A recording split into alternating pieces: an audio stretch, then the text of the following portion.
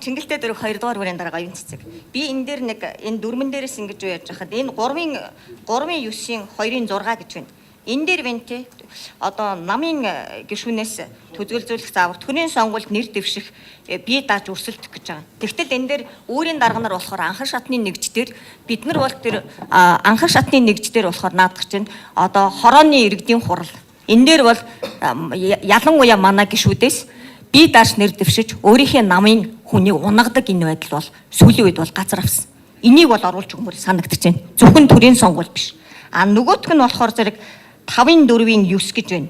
Энд болохоор зэрэг тэр 2 жилээр сонгогдно гэж байж байгаа. Энэ намыг 2 жилээр сонгогдоод авах юм бол 4 жил тэр намыг үүрч яваа. Хэр хүмүүс яах юм? Хин нэгэн хүн нь 2 жил орж ирчээд сүүлийн 2 жилд би энд намд юм хийсэн ингээд нөгөө нэг бас л нөгөө практикийн тэмцэл нөгөө дахиад одоо албан тушаалын тэмцэл чинь дахиад өрнөнө.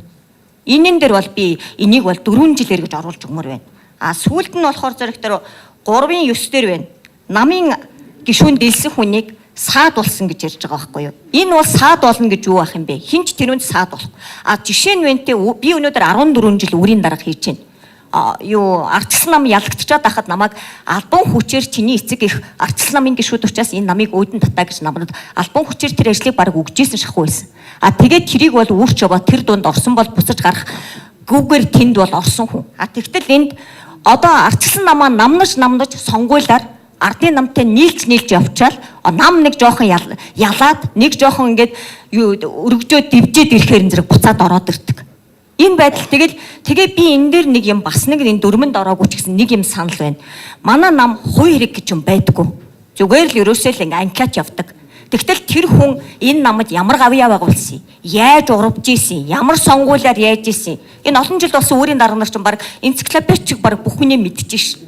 Тэгтэл энэ хувийн хэргийг манай нам хийх хэрэгтэй юм шиг надад санагддаг. Магадгүй арчлал зөрчлөө гэж хэлэх баг. Бид нар өнөөдөр арчлал маань арай дэндээд байгаа. Зарим үед хагас боцоос тогтолцоотой болмоор байна. Би энийг баш үнэндээ нэрээ ямар ч дарга болсон бэ энэ хагас боцоос тогтолцоог бол би шаардж байна. Яагаад гэвэл ардын намын ямыг оруулаа гэж хэлэх баг. Бид нар бол ерөөсөө нэгэн даргандарамч тэр, цэргүүдэнч тэр урваал явж л байдаг. Нөгөө мө хідэн халтар гişүүдэн намад үнэнч. За яг хуу 100 мянган гişүүнтэй бай. Тэгтэл чанартай 100 гишүүн тэнцэн, чарантай 10 гишүүн хэрэгтэй. Яг сонгуулиар ажилдаг, яг жинхэнэ хүн нь хэн байдаг юм бэ гэдгийг сая манай 16 оны сонгуул бол яг эцээцэст манай намынхан гишүүдэн дотор урвсан шүү дээ. Тэр гайхаад ах юу гэдэг. Бид нар тараасан баталганаас ал баг санал аваа үсттэй. Энэн дээр бол гишүүдээс чанаржуулах ажиллагаа явахаас биш нэмэгдэх ажиллагаа бол нэг их хийгээд амаргүй санагддаг. За баярлалаа.